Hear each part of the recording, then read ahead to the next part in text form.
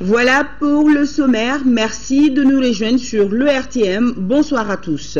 Et nous allons commencer ce journal par ce communiqué de presse de la présidence de la République suite au décès de Claude Madébassi. C'est avec une profonde tristesse et une grande douleur que le président de la République a appris le décès du colonel Claude Madébassi, survenu le mardi 8 avril 2014 dans le Tarn, en France, à l'âge de 90 ans. Le président de la République s'incline devant la mémoire de ce combattant exceptionnel et de ce digne fils de l'Afrique qui a consacré sa vie à la défense des pensions des anciens combattants africains, connu sous l'appellation de tirailleurs sénégalais. Brillant officier supérieur de l'armée française, grand officier de la Légion d'honneur et titulaire de la Croix de guerre 39-45 avec 8 citations et diplomate émérite, le colonel Claude Madébassi restera à tout jamais une fierté pour les peuples d'Afrique et de sa diaspora en quête de liberté, de paix et de justice. En outre, le nom du colonel Claude Madébassi sera gravé dans les annales de la jeune armée du Mali, puisque pour l'histoire, c'est lui qui a été le commandant du régiment malien dépêché au Congo en 1963. En cette douloureuse circonstance, le président de la République et l'ensemble du peuple malien adressent leurs condoléances attristées à la famille de Lulus disparu ainsi qu'au peuple frère sénégalais. Il prie Allah le Tout-Puissant et le Miséricordieux afin qu'il daigne accueillir en son paradis l'âme de celui qu'on appelait affectueusement le grognard. L'association Temdet vient de lancer la 5e édition de son forum culturel statutaire. La cérémonie d'ouverture a réuni les délégués de toutes les régions du Mali. C'est ce que nous dit Aluseni Touré. Le 5e forum culturel de l'association Temet a été l'occasion pour les animateurs du mouvement de mettre en avant l'impérieuse nécessité de criminaliser l'esclavage, une pratique de notre âge dont on subsiste encore dans certains pays de la sous-région et particulièrement au Mali. Nous remercions le Tout-Puissant d'avoir permis que se tienne notre 5e forum.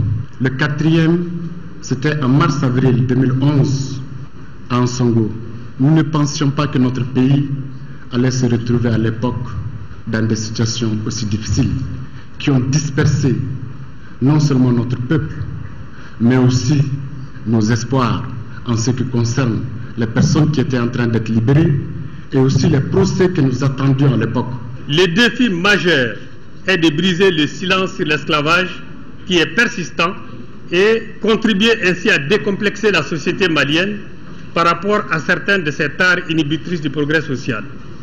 Le ministre de la Justice, qui a montré un grand intérêt pour cette initiative, a invité les uns et les autres à composer avec l'administration afin de réussir un véritable changement de comportement. L'éradication de l'esclavage pourrait s'adosser à l'adoption d'une loi. Moi, j'inviterai donc les membres de votre association à venir travailler avec mon cabinet pour la rédaction d'une loi. Je le fais parce que je sais que c'est la conviction profonde de nous tous, de notre gouvernement et du chef de l'État. Parce que lorsqu'il va dire partout dans le monde que nul n'est au-dessus de la loi, il va sans dire que l'esclavagiste est aux premières loges de celui qui n'est pas au-dessus de la loi. Les efforts de Temet sont soutenus par des partenaires comme la Fondation Rosa Luxembourg.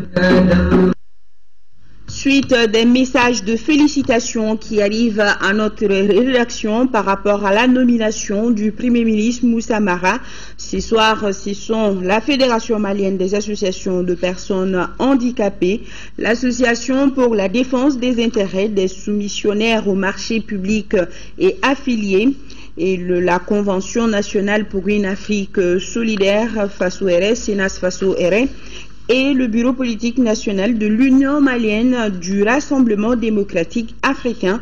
Tous adressent à Oumar Tatamli leurs remerciements en même temps qu'aux membres de son gouvernement pour l'important travail abattu. Félicite Moussa Mara pour la confiance dont l'a investi le président de la République en l'appelant à cette haute mission.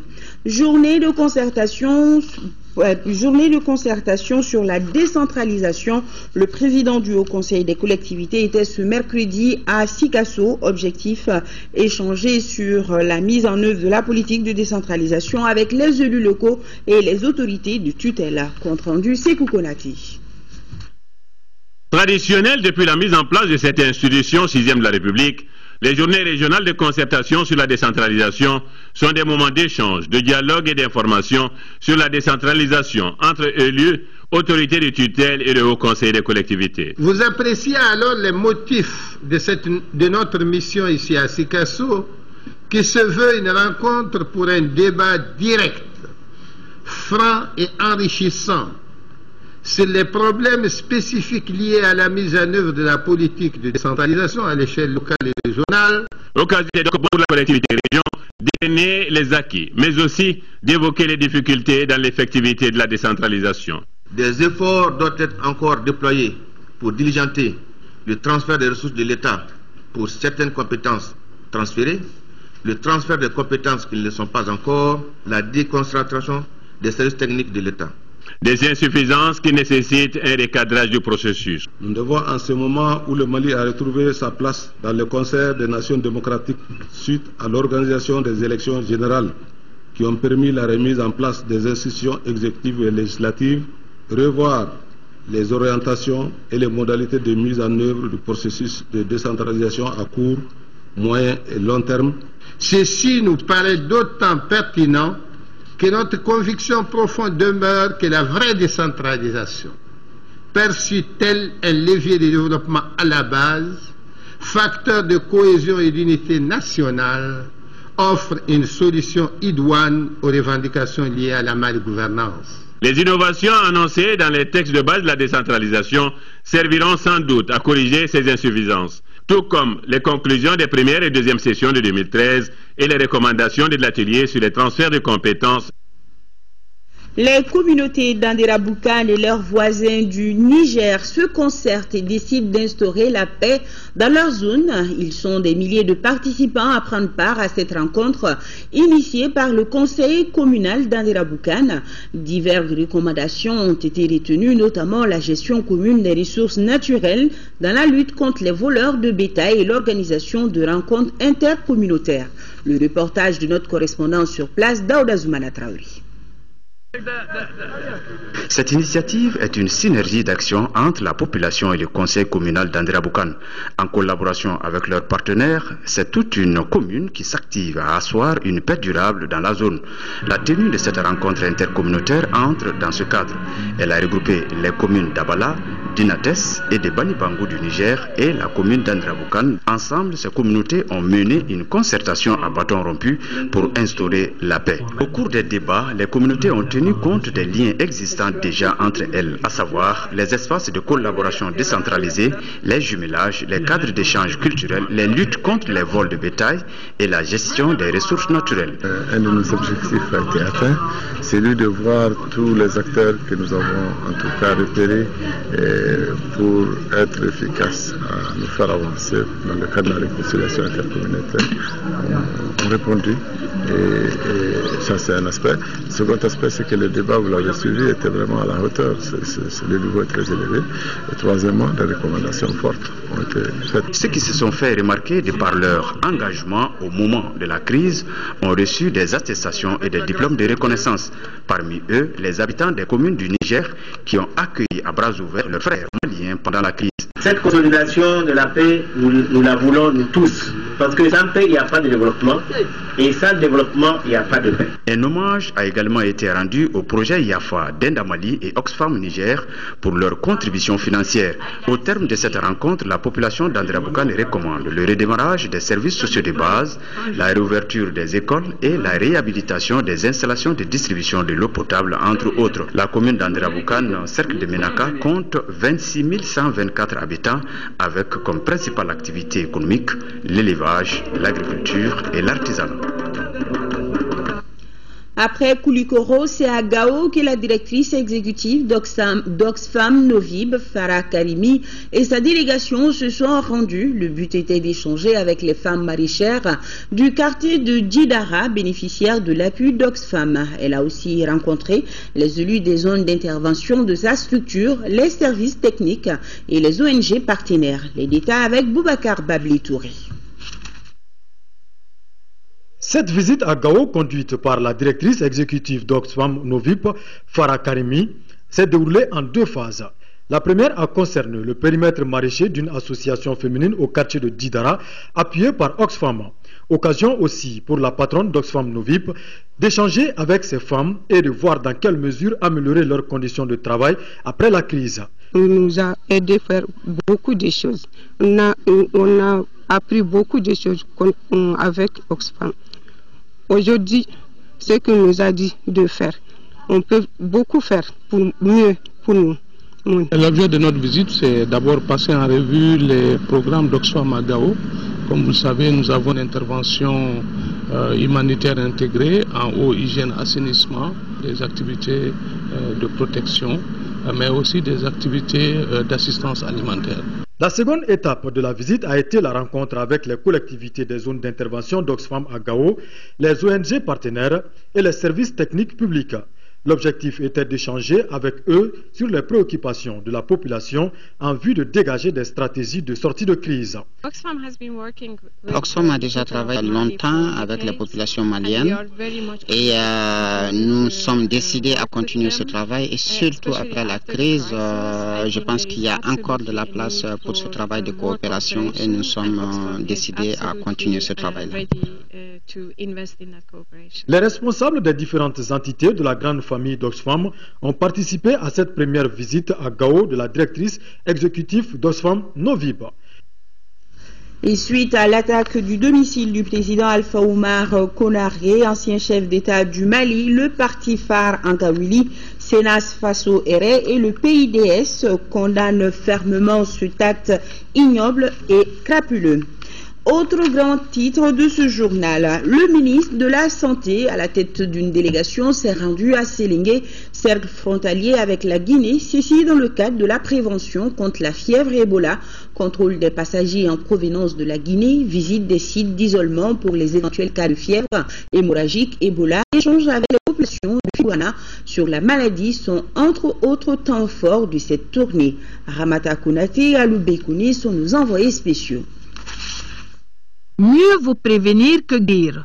Il y va de l'intérêt de tous, surtout quand il s'agit de protéger la vie des 15 millions de Maliens contre la fièvre Ebola. À Sélingué, plus précisément à Dalabala, tout un dispositif est là pour veiller au respect des mesures préventives édictées par le ministère de la Santé. 38. À 45 km de là, c'est-à-dire à Figuana, ce dispositif est renforcé avec l'installation d'une tente pour la prise en charge et l'isolement d'éventuels cas suspects. Cela en raison de la proximité de ce village avec la Guinée. Juste une colline les sépare et les populations ont bien compris leur vulnérabilité. Nous surveillons toutes les entrées. Dès qu'il y a des passagers en provenance de la Guinée, nous les invitons à se faire consulter par les agents de santé. Ce qui explique la satisfaction des visiteurs du jour. D'une manière générale, j'ai fait un bon constat. Le dispositif est en place. Et les agents procèdent effectivement au contrôle des passagers. Au niveau des zones rurales, nous n'avons pas eu beaucoup de difficultés. Lorsque nous avons échangé avec les populations, nous avons compris que ces populations ont accepté l'implantation des sites d'isolement. Ils ont compris que c'est pour leur propre sécurité sanitaire. Le Mali donc a été proactif en mettant en place un dispositif de surveillance, ce qui a permis donc d'isoler des cas suspects et de confirmer que ce n'était pas la maladie qui était crainte par tout le monde. Je pense que c'est plutôt un signal positif qui doit rassurer la population pour montrer qu'il y a un dispositif de surveillance qui fonctionne. Et nous n'allons pas baisser les bras et nous demandons à tout le monde de rester vigilant pour que ce dispositif continue à être performant. Conseil partagé avec les populations de Fingwana. Celles-ci ont demandé aux visiteurs la réparation de leurs pompes en panne depuis quelques mois. Tenez-vous bien, la seule pompe pour les 1800 habitants de la localité. En Guinée aussi, la prévention ainsi que la prise en charge des malades de la fièvre Ebola continue. Autorités politiques et religieuses n'hésitent pas à se rendre dans des hôpitaux pour apporter leur concours et réconforter les malades. C'est la première fois qu'ils descendent ensemble sur le terrain depuis l'apparition en janvier du virus Ebola en Guinée. L'archevêque de Conakry et l'imam de la grande mosquée Fessal arrivent à l'hôpital national d'Ancan en compagnie du ministre de la Santé. Les deux dignitaires religieux assistent à un briefing avec le personnel de Médecins sans frontières.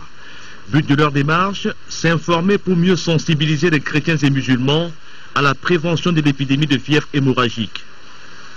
Je dis aux populations guinéennes de rester calmes, de connaître qu'on n'est pas ici abandonné comme ça. On est dans la main des autorités compétentes. Nous invitons aussi le peuple de Guinée à se tourner vers Dieu. Parce que l'homme peut travailler, l'homme peut faire bien des choses, mais c'est Dieu qui fait que le travail porte des fruits.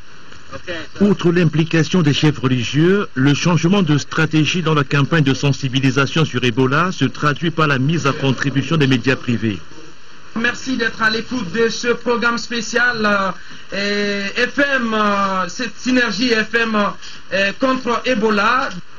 Dans le studio, plusieurs spécialistes de Médecins sans frontières et de l'Organisation mondiale de la santé délivrent des messages sur les mesures à observer pour stopper la propagation du virus Ebola.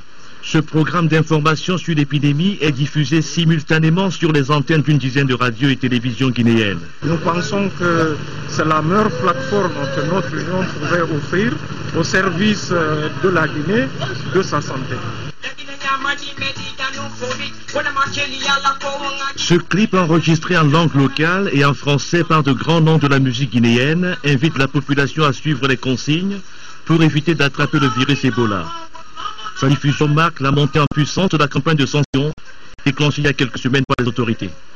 Il ne faut surtout pas aller à la fatalité. On s'en sortira.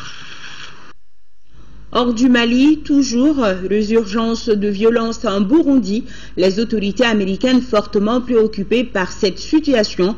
Le Sénégal, comme toute l'Afrique, endeuillé par la mort du colonel Claude Mandé-Bassi, ancien tirailleur sénégalais. Mais d'abord, en Mauritanie, l'opposition se rassemble au sein du Forum national pour la démocratie et l'unité pour mettre la pression sur le pouvoir en place. Ceci à l'approche de la réunion préparatoire sur l'élection présidentielle prévue en principe pour juin prochain. L'opposition mauritanienne, unie au sein du Forum national pour la démocratie et l'unité, a rassemblé mercredi quelques centaines de sympathisants lors d'un meeting à Nouakchott. Le but, mettre la pression sur le pouvoir à la veille des pourparlers sur les conditions de la tenue de l'élection présidentielle, prévue en juin prochain, mais à une date non encore fixée. Les États-Unis, par la voix de leur représentante permanente aux Nations Unies, ont directement exprimé au président burundais Pierre Nkurunziza leur préoccupation quant à la situation actuelle dans le pays. Samantha Power s'est inquiétée de la résurgence des violences. Elle a appelé, en vue des élections présidentielles de 2015, au respect des libertés politiques et de la Constitution que le pouvoir veut modifier. Ancien officier supérieur de l'armée française et inlassable défenseur des droits des anciens combattants africains, le colonel Claude Mandé-Bassi est décédé dans le sud de la France où il sera enterré samedi. Engagé en 1943 dans le régiment des tirailleurs sénégalais du Tchad, il avait participé à la campagne de Normandie puis à la libération de Paris et de Strasbourg. À l'indépendance, il était retourné former la jeune armée sénégalaise avant d'entamer une carrière d'ambassadeur. Il avait 90 ans. En Amérique, précisément en Pennsylvanie, l'étudiant qui a blessé une vingtaine de personnes à l'arme blanche vient d'être arrêté. Un tour d'abord en Syrie avec ce double attentat à la voiture piégée. L'explosion a fait 25 morts et c'était à Homs. Double attentat à Homs en Syrie. Au moins 25 personnes, dont des femmes et des enfants, ont été tuées dans l'explosion de 2 voitures piégées à une demi-heure d'intervalle. Le quartier visé est habité par des Alaouites, la confession du président syrien Bachar el-Assad. Aux États-Unis, le lycéen qui a poignardé une vingtaine de camarades et un officier de la sécurité dans un lycée de Pennsylvanie a été arrêté. L'agresseur, âgé de 16 ans, était armé de 2 couteaux. Il a frappé ses victimes au torse, au bras ou au visage. Les raisons de son acte ne sont pas connues. Le garçon a été inculpé d'agression et de tentative de meurtre. Une veillée aux chandelles s'est tenue cette nuit en soutien à la vingtaine de blessés. Découverte inédite en Israël, des archéologues israéliens ont découvert un sarcophage vieux de 3300 ans avec à l'intérieur un squelette. Il s'agirait d'un dirigeant cananéen local au service de l'Égypte ancienne, à une époque où la région était gouvernée par des pharaons. Le sarcophage est orné d'un scarabée portant le nom de Séti Ier, le père de Ramsès II. Il a régné sur l'Égypte ancienne au XIIIe siècle avant Jésus-Christ et a conquis une portion de l'Israël actuel pendant sa première année sur le trône. Retour au Mali, évaluation de la 14e édition de la quinzaine de l'environnement sur un budget de plus de 46 millions de francs CFA. 23 activités ont été résolues sur les 25 prévues. Objectif pratiquement atteint pour la structure, nous dit Alpha Maïga. La quinzaine de l'environnement a 15 ans cette année 2014. Réunis autour de cette table, le directeur général de l'Agence de l'environnement et du développement durable a saisi l'opportunité pour annoncer les couleurs de la 15e édition. Il s'agit d'une étape qui doit porter le sceau d'une grande originalité dans les activités qui doivent davantage coller à nos préoccupations. Les thèmes sont donnés par le programme des Nations Unies pour l'environnement pour ce qui concerne la journée mondiale de l'environnement. Élevez votre voix, mais pas le niveau de la mer. Concernant la lutte contre la désertification, les terres appartiennent aux générations futures. Donnons la preuve par la lutte contre les effets des changements climatiques. Auparavant, l'assistance a eu droit à une restitution des activités menées au cours de la dernière édition. Une édition au cours de laquelle, sur 25 activités évaluées à plus de 46 millions de francs CFA, seulement 2 activités n'ont pu être réalisées. En 2013, la 14e édition de la quinzaine de l'environnement s'est déroulée à un moment où notre pays posait les jalons de la réconciliation de son histoire avec sa géographie. Nonobstant quelques difficultés constatées, de l'avis de plusieurs participants, l'édition était un succès. Les objectifs ont été atteints. Chercher à changer de comportement, c'est là l'objectif premier de la quinzaine de l'environnement. C'est dire que la protection de l'environnement, l'amélioration du cadre de vie restent des préoccupations qui doivent être au centre de tout engagement individuel et collectif. La commission de suivi du mécanisme de taxation des produits pétroliers communique sur la base des prix fournisseurs du mois d'avril 2014. Les prix indicatifs plafonds à la pompe des produits pétroliers sont fixés comme suit et applicables à compter du vendredi 11 avril 2014. Supercarburant samplon 766 francs CFA, pétrole lampant 570 francs CFA, gasoil 675 francs CFA, distillate diesel oil 675 francs CFA, fuel oil 489 francs CFA, jet A1 libre. Il faut noter que le prix subventionné du kilogramme de gaz butane est de 584 francs CFA. Par conséquent, le prix de vente de la bouteille de 2,75 kg est de 1605 francs CFA et celui de la bouteille de 6 kg est de 3500 francs CFA. Quant au prix non subventionné du kilogramme de gaz butane, il est de 1004 francs CFA. Du 30 avril au 10 mai prochain se tiendra la 6e édition de la Semaine sénégalo-malienne de l'habillement. L'information a été donnée au cours d'une conférence de presse animée par l'ambassadeur du Sénégal au Mali. Moussa Fane, les détails. C'est pour promouvoir la filière de l'habillement et de renforcer la coopération entre le Mali et le Sénégal que les artisans de ces deux pays ont initié la Semaine sénégalo-malienne de l'habillement. La 6e édition sera célébrée cette année ici à Bamako. De la Semaine sénégalo-malienne de l'habillement aura lieu du 30 avril au 10 mai au Palais de la Culture Amadou Hampâté-Bâ. Cette semaine est placée sous la haute présidence de son Excellence, le Président de la République, M. Ibrahim Boubacar Keïta. Organisée conjointement par la Fédération nationale des professionnels de l'habillement du Sénégal et la Chambre des métiers de la commune 5 du district de Bamako, la semaine sénégalo-malienne vise à tisser le brassage entre les artisans de nos deux pays et celui de la sous-région. Une semaine d'habillement pour le Mali et le Sénégal, c'est justement pour permettre aux acteurs de la filière de pouvoir commercer d'abord, de pouvoir mieux se connaître et de développer leur secteur d'activité. Il y aura tous les produits tant pour les hommes que pour les femmes. Alors, parce que les acteurs ne ciblent que les intérêts des populations. Le message que je voudrais lancer à l'endroit de l'ensemble des artisans maliens de l'habillement, c'est de leur demander de participer massivement à cette 6e édition, qui est ouvert à tout le monde. Cette 6e édition regroupera une vingtaine de pays. En plus des pays de l'UEMOA, la Chine, la Syrie et le Pakistan participeront également à cette semaine de l'habillement.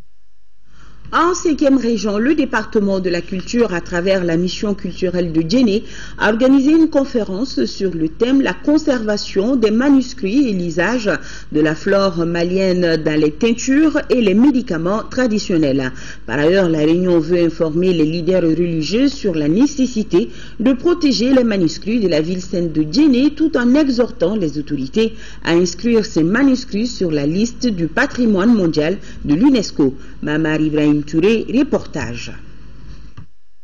La conférence sur la conservation des manuscrits de Djéné traduit la nécessité d'informer les détenteurs de ces documents précieux que leur protection et conservation sont une priorité.